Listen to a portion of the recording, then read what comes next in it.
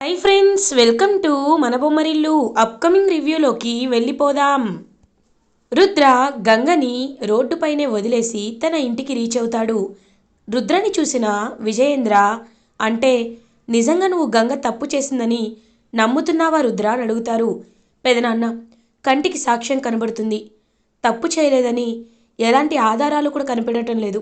అలాంటప్పుడు తను తప్పు చేసినట్టే కదా. ఈ విషయంలో ఇంక మీరెవ్వరూ మాట్లాడడం కూడా నాకు ఇష్టం లేదు. తను ఎప్పటికీ ఈ ఇంటికి రాదు అని చెప్పి అక్కడి నుండి వెళ్ళిపోతారు రుద్ర. పాపం ఆలోచనలో పడతారు విజయేంద్ర. లేదు, వీళ్ళిద్దరి మధ్యలో ఏదో ఎవరో కావాలనే అపార్థాలని సృష్టించాలి అనుకుంటున్నారు. నేను ఖచ్చితంగా రేపు గంగ దగ్గరికి వెళ్ళాలి, గంగతో మాట్లాడాలి అని మనసులో ఫిక్స్ అవుతారు విజయేంద్ర. ఇది ఇలా ఉండగా మార్నింగ్ అవుతుంది. గంగ పాపం ఇటు వాళ్ళ ఇంటికి వెళ్ళలేక అటు బయట ఉండలేక పాపం ఆ బస్ స్టాప్లోనే చలికి వణుకుతూ కూర్చొని ఉంటుంది. విజయేంద్ర ప్రతాప్ అలా గంగ వైపు చూస్తూ ఉంటారు. గంగ, పెద్దోరు, మీరు మీరిక్కడికి వచ్చారు పెద్దోరు అని అడుగుతుంది. అవును, మరి నువ్వు తప్పు చేసావంట కదా, అది నిజమా కళ అని తెలుసుకోవడానికి వచ్చాను అని అడుగుతారు. పెద్దోరు, మీరు కూడా ఏంటి అలా మాట్లాడుతున్నారు? నేను ఎప్పుడైనా తప్పు చేసే మనిషిలా మీకు కనబడ్డానా?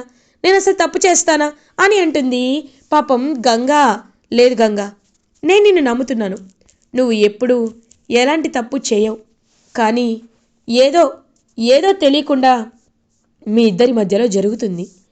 ఏదో విషయంలో నిన్ను చాలా తప్పుగా అపార్థం చేసుకున్నాడు. నీకు తెలియకుండా ఆ ట్రైపాడ్ నీ ఇంటికి ఎలా వచ్చింది?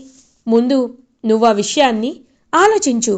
ఆలోచించిన తర్వాత అప్పుడు నువ్వు ఏదైనా నిర్ణయం తీసుకోవడమో, రుద్రతో నేను తప్పు చేయలేదు అని నిరూపించుకోవడమో జరుగుతుంది. లేదు అంటే ఇదిగో ఇలాగే ఏడుస్తూ కూర్చోవలసి వస్తుంది. ఆడపులిలా ధైర్యంగా దూకి నిజమేంటో తెలుసుకుంటావా, లేకపోతే ఇలాగే వంటింటి కుందేల్లా కూర్చుంటావా?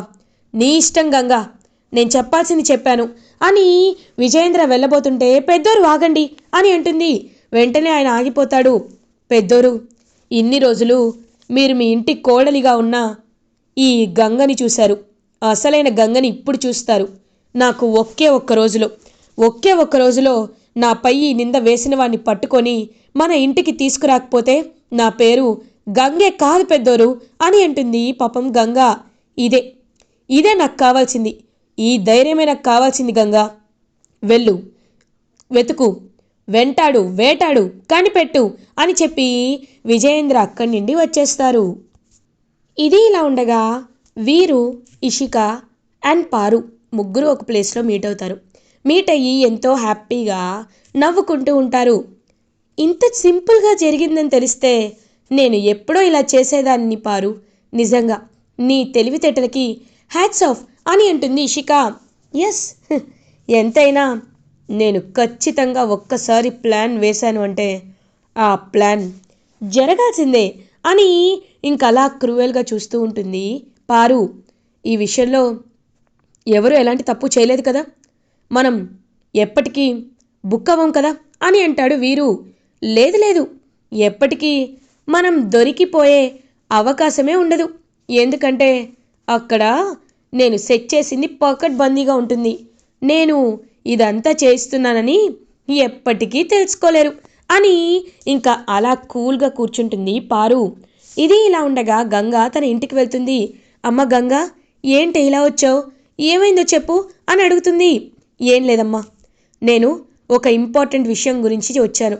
ఒక బలమైన సాక్ష్యాన్ని వెతికి పట్టుకోవాలి అని అంటుంది గంగా. అసలు ఇది నా రూమ్లోకి ఎలా వచ్చింది అని చూస్తూ ఉంటుందన్నమాట పాపం గంగా. చూడగానే ఇంటి చుట్టుపక్కల ఏమైనా వెతికితే తెలుస్తుంది. వాడు ఖచ్చితంగా రుద్ర సార్ నాకు మెట్టెలు పెడుతున్నప్పుడే వచ్చుంటాడు. ఎందుకంటే బస్తీ వాళ్ళందరూ మా ఇంట్లోనే ఉన్నారు కాబట్టి తెలుసుకోవాలి అని చెప్పి ఇంకా గంగ అలా బయటికి వెళ్తుంది. బయటికి వెళ్తే పిల్లలందరూ ఆడుకుంటూ ఉంటారు. ఇంకా అప్పుడే ట్రైపాడ్ యొక్క కవర్ అయితే దొరుకుతుంది గంగాకి. ఆ కవర్ వైపు చూస్తూ ఉండగానే పక్కనే ఒక వాచ్ అయితే పడిపోయి ఉంటుంది. ఇది ఈ వాచ్ ఎవరిది ఉంటుంది? ఇలాంటి వాచ్ మన బస్తీలో నేనెవరికి చూడలేదే అని చూస్తూ ఉంటుందన్నమాట. గంగా లేదు, ఎవరో కావాలనే నన్ను ఇరికించడానికే ఇదంతా చేశారు, ఆ విషయం అర్థమవుతుంది. కానీ ఈ విషయాన్ని ఎలా, ఖచ్చితంగా ఈ వాచ్ పెట్టుకున్నవాడే నన్ను ఇరికించాలని మా ఇంటి ముందు ట్రైపాడ్ పెట్టుంటాడు. ఆ ఫోన్ స్టాండ్ పెట్టాడంటే నేను ఖచ్చితంగా ఏదో చెయ్యాల్సిందే అని చెప్పి ఇంక చుట్టూ చూస్తుంది. వాడు ఎలా తెలుసుకోవాలి, వాడు ఎలా ఉంటాడో నేను ఎలా తెలుసుకోవాలని చెప్పి చాలా బాధపడుతూ ఉంటుందన్నమాట. అలా గంగా అప్పుడే కరెక్ట్గా వెంటనే రుద్ర ఉండే సూపర్ మార్కెట్కి బయలుదేరుతుంది గంగా. ఇంకా రుద్ర అలా తన సూపర్ మార్కెట్లో అంతా చూసుకుంటూ ఉంటే గంగాని చూస్తాడు. హేయ్, నువ్వేంటి ఇక్కడ అని అడుగుతారు. సారు, నేను ఒక్క సాక్ష్యాన్ని సంపాదించాను చూడండి అని అంటుంది. ఏం సాక్ష్యం, మళ్ళీ ఏం అబద్ధం అని అంటారు. లేదు సార్, నేను నిజమే చెప్తున్నాను, నేను నిజంగా సాక్ష్యాన్ని సంపాదించాను. కావాలంటే చూడండి, ఇదిగో ఈ కవర్ చూసారా, ఆ స్టాండ్ కవర్ లాగే ఉంది, కావాలంటే దీన్ని చూడండి.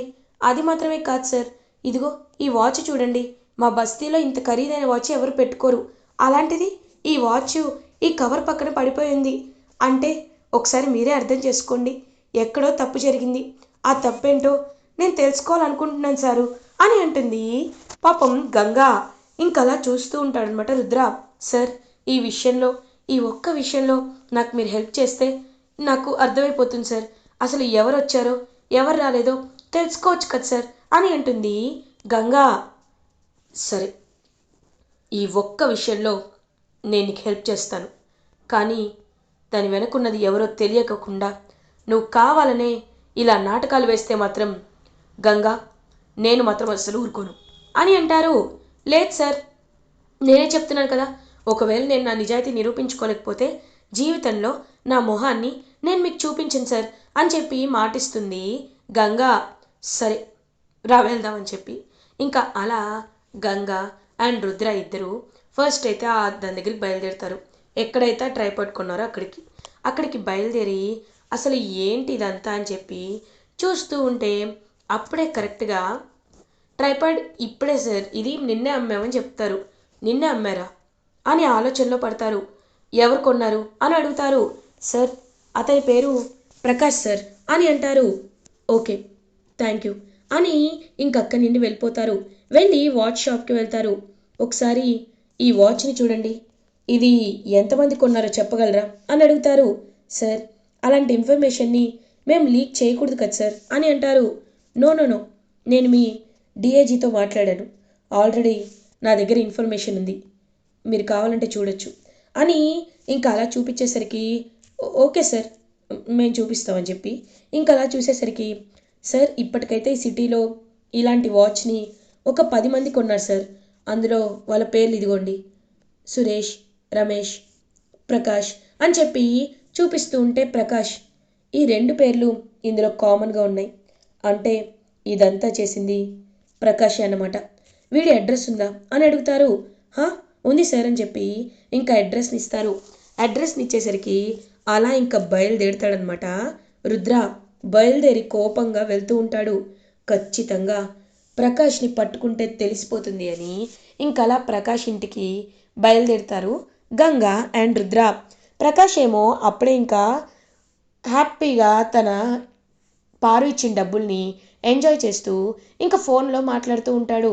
హలో మేడం, మీరు చెప్పినట్టు చేశాను, నాకు ఇంకొంచెం ఎక్స్ట్రా శాలరీ ఇవ్వచ్చు కదా మేడం అని అంటారు. రేయ్, పని చేసావు, తీసుకున్నావు, ఇంకా ఎక్స్ట్రా అడుగుతావేంటి, అలాంటిదేమీ కుదరదు, నువ్వు సైలెంట్గా ఉండు అని చెప్పి ఇంకా మాట్లాడుతూ వెనక్కి తిరిగి చూసేసరికి అక్కడ రుద్ర ఉంటాడు. ఒక్కసారిగా షాక్ అయిపోతుందనమాట. ఇంకా వెంటనే ప్రకాష్ చూస్తూ ఉంటాడు. సార్ మీరు అని చెప్పి పరిగెడుతుంటే ఇంకా వెంటనే రుద్ర వచ్చి వాడిని గట్టిగా పట్టుకుంటాడు. పట్టుకొని, నన్ను చూడగానే పారిపోతున్నావంటే నువ్వే కావాలని ఇరికిచ్చావు, చెప్పు ఏం జరుగుతుంది చెప్పు అని కాలర్ పట్టుకొని అడుగుతారు. సార్ సార్ సార్ నాకేం తెలియదు సార్ అని అంటారు. సారు, వీడు ఎవరికో ఫోన్ చేశాడు కదా, ఒక్కసారి వాళ్ళని చూడండి, వాళ్ళెవరో తెలిస్తే మనకన్నీ తెలిసిపోతాయి అని అంటుంది. పాపం గంగా కరెక్ట్ అని చెప్పి వెంటనే ఫోన్ తీసుకుంటాడు. ఫోన్ తీసుకొని ఇంకా అలా చూస్తూ ఉంటాడనమాట రుద్ర చూసేసరికి అందులో పారు నంబర్ కనబడుతుంది. ఒక్కసారిగా రుద్ర షాక్ అయిపోతాడు. అంటే ఇదంతా చేస్తుంది పారునా? కావాలని గంగని మ్యానిపులేట్ చేయడానికే పారు ఇదంతా చేస్తుంది అని రియలైజ్ అయ్యి చాలా అంటే చాలా కోపంగా ఫీల్ అవుతాడు రుద్ర. వెళ్ళి తన్ని అని చెప్పి వెళ్ళబోతుంటే, ఆగండి సార్, ఆగండి, ఎక్కడికి వెళ్తున్నారు? మీరు తన్ని ఇప్పుడు ఏం చేస్తారు? వద్దు సార్, వద్దు, వీళ్ళ గురించి మనకు అవసరం లేదు. అయినా మీరు నన్ను అర్థం చేసుకున్నారు, నాకు అదే చాలు సార్. ఇదంతా వద్దు. నేను చెప్తున్నాను కదా, ఎవరు చేసుకున్న పాపానికి వాళ్ళే పోతారు అంటారు. అలా తను చేసుకున్న పాపానికి తనే పోతుంది సార్, అంతకు మించి ఏమీ లేదు అని పాపం అలా రుద్రని ఇంటికి తీసుకొచ్చేస్తుంది Ganga. Ganga, I'm so sorry. నేను నిన్ను చాలా అంటే చాలా తప్పుగా అపార్థం చేసుకున్నాను. నువ్వు నిజంగా గొప్పింటి కోడలవడానికే ఇదంతా చేశావేమోనని నిన్ను మాటలతో ఇబ్బంది పెట్టాను. ఐఎమ్ సారీ, సారీ గంగా అని అంటారు. అయ్యో సార్, మీరు నాకు సారీ చెప్పడం ఏంటి సార్? అయినా మీరు మీరు ఏది చేసినా దాని వెనుక ఒక కారణం ఉంటుంది. ఆవేశంలో నన్ను అపార్థం చేసుకున్నారు, ఇప్పుడైతే నన్ను అర్థం చేసుకున్నారు కదా, నాకు అది చాలు సార్ అని పాపం హ్యాపీగా ఫీల్ అవుతుంది గంగా. ఇంకా అలా రుద్ర అండ్ గంగా ఇద్దరు కలిసి ఇంటికి వస్తూ ఉంటే శకుంతల ఒక్కసారిగా గంగా రుద్రని చూసి షాక్ అయిపోతుంది. ఇదేంటి, వీళ్ళిద్దరూ ఇలా కలిసి వస్తున్నారు? నో, అలా జరగకూడదు అని చూస్తూ ఉంటే ఎక్కడో ఎవరికో కాలిపోతున్న స్మెల్ వస్తుందే అని అంటారు విజయేంద్ర. అవునా, అమ్మ దగ్గర నుండి బాగా వస్తుంది అని అంటారు. ఓపండి మీ మాటలు. అయినా వాడు తీసుకొస్తున్నాడంటే నేను తను తప్పు చేయలేదనేనా? ఏదో కవర్ చేసుకుందంతే అని చెప్పి అక్కడి నుండి అయితే వెళ్ళిపోతుందనమాట శకుంతల. ఇంక శకుంతలని చూసి నవ్వుకుంటూ, చూసావా, మీ అమ్మకి కోపం వచ్చినా ఇంతే, బాధ వచ్చినా ఇంతే, ఎప్పుడూ ఇలాగే ఉంటుంది. రుద్ర, గంగా, ఇద్దరు కుడికాలు పెట్టి లోపలికి రండి అని చెప్పి ఇద్దరిని ఇంకా లోపలికి ఆహ్వానిస్తారు విజయేంద్ర. ఇది ఇలా ఉండగా ఇదంతా చూస్తున్న వీరు అండ్ ఇషిక చాలా ఇరిటేటింగ్గా ఫీల్ అవుతూ ఉంటారు. మనం అనుకున్న దానికి అంతా రివర్స్లో జరిగింది. ఇప్పుడు ఆ గంగ మళ్ళీ ఇంట్లో అడుగు పెట్టింది అని వీరు చాలా ఇరిటేటింగ్గా ఉంటే అక్కడికి గంగ వస్తుంది. హలో అన్నయ్య, ఎలా ఉన్నావు? అక్క, బాగున్నావా అని ఇషికాని వీరుని అడుగుతుంది. ఇంకా వీరు ఏమి మాట్లాడకుండా సైలెంట్గా ఉంటాడు.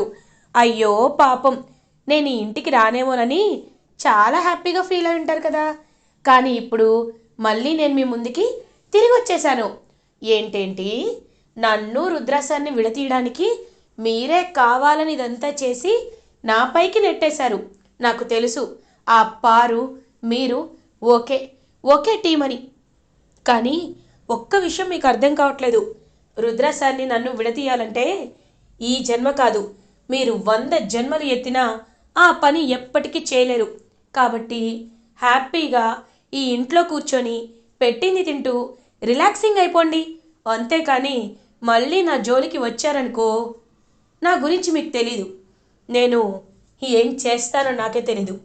గుర్తుపెట్టుకోండి అన్నయ్య, నాతో పెట్టుకుంటే మీకే ప్రమాదం అని గంగ అక్కడి నుండి వెళ్ళిపోతుంది. చూసావా అదెంత పొగరుగా మాట్లాడిందో అని అంటారు వీరు. ఏముంది బ్రో, ఆ పొగరుని మనం తగ్గిద్దాంలే, కంగారు పడద్దు, ఏదో ఒకటి మనకి వస్తుంది కదా అవకాశం, అప్పుడు తన్ని ఇరికిద్దాం అని ఇద్దరు వెయిట్ చేస్తూ ఉంటారు. ఇది ఇలా ఉండగా రుద్ర ఫ్రెష్ అయ్యి వచ్చేసరికి అప్పటికే గంగ ఫ్రెష్ అయ్యి జాగింగ్ డ్రెస్ వేసుకుంటుంది. సార్, మీరు చెప్పారు కదా నేను వాటి నుండి, మీరు ఎప్పుడు 2 గంటలే అంటారు, నేను 3 గంటలు జాగింగ్ చేస్తాను సార్, మీరు చెప్పిన దానికంటే ఎక్కువ వర్కౌటే చేస్తాను అని అంటుంది. రుద్ర చాలా హ్యాపీగా ఫీల్ అవుతాడు. కమాన్, లెట్స్ గో అని ఇంకా ఇద్దరు వెళ్ళి హ్యాపీగా వార్మప్ చేస్తూ అలా ఇంకా రుద్ర గంగకి బాక్సింగ్ ట్రైనింగ్ అనేది నేర్పిస్తూ ఉంటాడు. ఇలా ఎపిసోడ్ ఎండ్ అవుతుంది. ఫర్దర్ ఎపిసోడ్ రివ్యూస్ ముందుగా మీకు కావాలి అనుకుంటే మా ఛానల్ని సబ్స్క్రైబ్ చేసుకోండి. Thanks for watching.